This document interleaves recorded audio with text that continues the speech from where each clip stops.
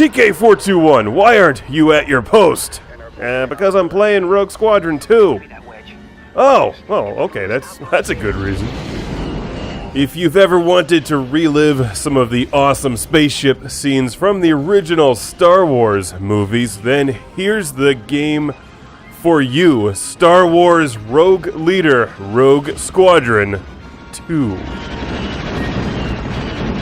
This is a 2001 release for the Nintendo GameCube, and as a PlayStation 2 guy back in the day, I never really took the GameCube all that seriously. Now, since I've been producing Classic Game Room, I've played a lot of excellent GameCube games, but none more impressive than this.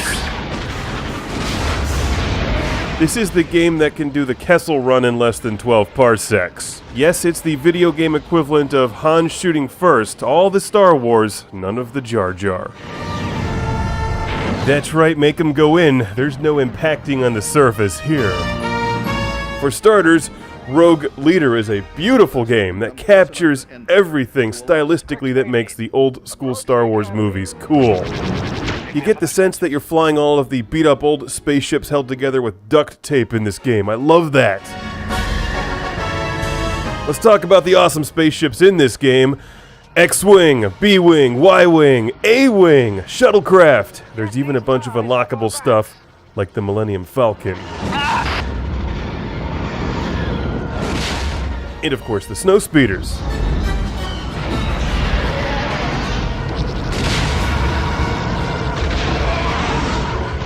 Now, the events in this game take place during and in between the original Star Wars movies. Not those other ones. And throughout the game, you fly a wide variety of missions. Now, some of them are a lot better than others, but on the whole, it's really good. Rogue Leader is the kind of game that's extremely easy to pick up and play, but it's actually extremely challenging. It's not an easy game to master. We can't let that data get away. Attack the shield generators. Once the shields are down, we can attack the command. But it does have solid controls. It may take you a few tries to get through each of the missions, and once you get the hang of the game, it certainly all comes together, and it makes for a really rewarding Star Wars arcade-style flying experience. Like blowing up Star Destroyers. That's a dream come true.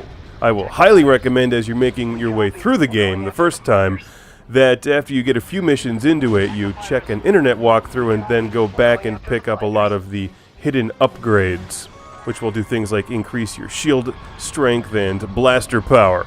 That'll make life a lot easier later in the game when things get really hard. Now let's take out the last one underneath. As you've seen, there's two camera perspectives, the behind the spaceship view, which looks really cool because you get to admire your favorite Star Wars ships. And there's also a handy cockpit view, as well as a targeting computer, which will always put you in the cockpit view and highlights specifically which targets you're going for. Now, as if the game isn't fun and challenging enough, there's also medals that you can win by performing excellently in missions, and good luck getting all of those. I had a tough time just getting a couple bronzes.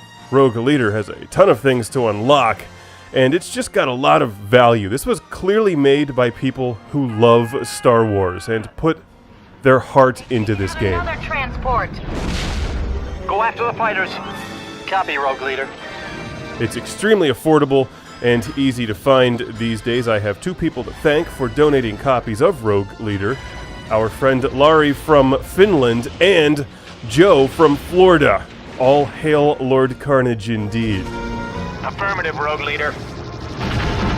Star Wars Rogue Leader Rogue Squadron 2 is an amazing game for Star Wars fans with a GameCube or a Nintendo Wii. Highly, highly recommended. The Force is strong with this one.